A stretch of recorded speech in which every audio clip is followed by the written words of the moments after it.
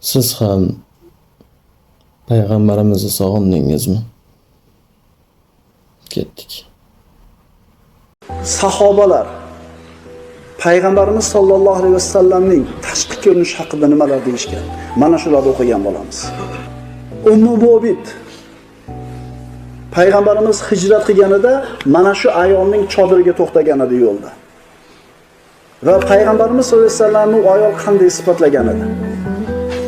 Payg'ambarimiz haqida Ummu Mubit shunday deydi.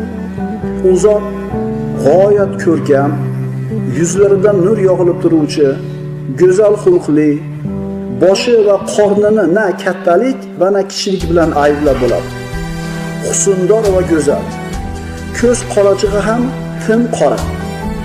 Kipriklari uzun, ovozlarida biroz mayinlik bor. Bo'yni salgina uzun. Ko'zining oqi tiniq oq. Qoshlari kamon, sochlari qop-qora. Sukut saqlaganida viqor, so'zlaganida esa ko'rkamlik balqib turadi. Uzoqdan qaraganda g'oyat kelishgan va ko'rkam, yaqindan ko'rganda g'oyat go'zal va yoqimli. So'zlari shirin va dona-dona. Sergap ham, kam gap ham emas. So'zlari xuddi ipga terilgan munchoqdek. O'rta bo'yli, ko'rgan kishi na pakana va na darroz deb ayblay oladi. Yonida hamrohlari ham bor. Ular uning so'zlariga jim turib quloq solishadi va buyruqlarini bajarishga oshiqishadi. Ular uning amriga muntazir bo'lib, yonidan nari ketishmaydi. U qovoq uyuvchi ham, birovni kamsitish ham emas. Payg'ambarimiz sollallohu alayhi vasallamning eng yaqin sahobasi Ali ibn Abi Talib roziyallohu anhu shunday deydi. U zotning bo'ylari o'ta uzun ham, o'ta past ham emas. O'rta bo'yli edilar. Sochlari o'ta jingalak ham, o'ta silliq ham emas. Jingalaklik va silliqlik o'rtasida edi.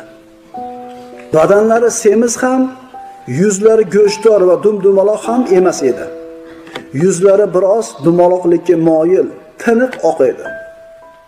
Ko'zlarining qorachig'i tim qora, kipriklari uzun, yelka va bo'g'in suyaklari katta. Ko'kraklaridan qorinlarigacha mayin va ensiz tuk bilan qoplangan. Badanlari jundor emasdi. Oyoq qo'llari zalvorli, yurganda xuddi qiyalikdan tushib kelayotgandek salobat bilan yurardilar.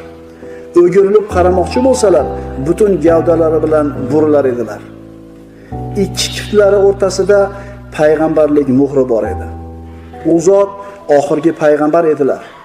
U zot g'oyat qo'li ochiq, nihoyatda jur'atli, o'ta rostgo'y, ahdiga vafodor, xulq-atvori muloyim, o'ta samimiy inson edilar. Dastlab ko'rgan kishini haybatlari bosar.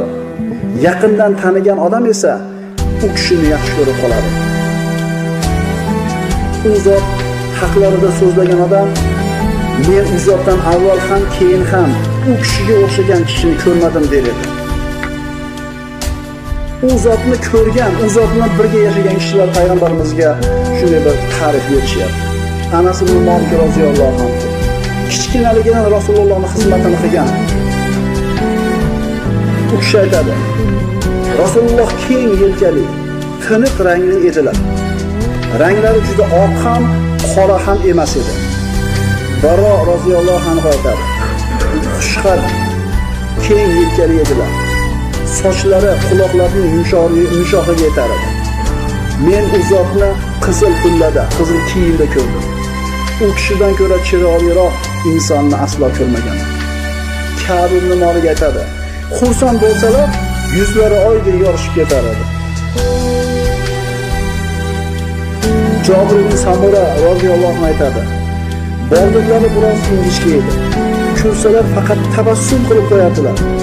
U zotning yuzlariga boqib, ko'zlariga surma topilgan deb o'ylar edi. Aslida esa surma qo'yilmagan bo'lar edi. Umar al-Xattob aytadi: U zotning tishlari juda chiroyli edi. Ibn Abbos aytadi: Kurak tishlarining orasi ochiq bo'lib, gapirgan paytlarida tishlari orasidan nur taralayotgandek bo'lar edi. Anas roziyallohu anhu aytadi: Rasululloh sollallohu alayhi vasallamning kaftlaridan ko'ra muloyimroq bo'lgan na ipek va na boshqa narsani ushlamadim. Va Rasululloh sollallohu alayhi vasallamning bo'yidan ko'ra xushbo'yroq biron hidni topmadim. Bir oyat aytadi, Rasululloh sollallohu alayhi vasallamning hidlaridan yoki bo'ylaridan ko'ra xushbo'yroq na mushk va na ambar va na boshqa biron xushbo'ylik topmadim. Abu Juhayfa aytadi, u zotning qo'llarini olib yuzimga bosdim. Qo'llari qordan-da muzdek va mushkdan-da xushbo'yroq edi. Jabir ibn Samura roziyallohu anhu o'zini bolalik davrini eslab aytadi, Rasululloh sollallohu alayhi vasallam yuzimni siladilar. Qo'llarida salqinlik va xushbo'ylikni his qildim. Go'yo u zot qo'lini Attobning qutisidan chiqargandek edi. Anas roziyallohu anhu aytadi, terlari marjondek edi. Onam Ummu Sulaym aytar edi, u ya'ni terlari xushbo'yning xushbo'yi.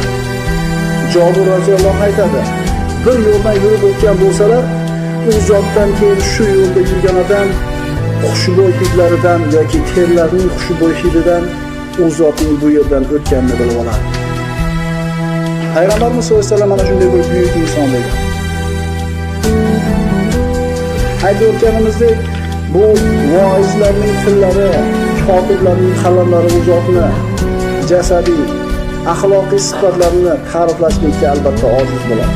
Siz bilan biz mana shunday zotga ummat bo'lganimizga Alloh taologa hamd va sano aytishimiz kerak. Va u zotga ummat bo'lganligimizni isboti o'laroq hayotimizni payg'ambarimiz sollallohu alayhi vasallamning ko'rsatmasi bilan yashashimiz kerak bo'ladi. Siz bilan bizga Alloh taoloning tavfiqi bo'lgan bo'lsin.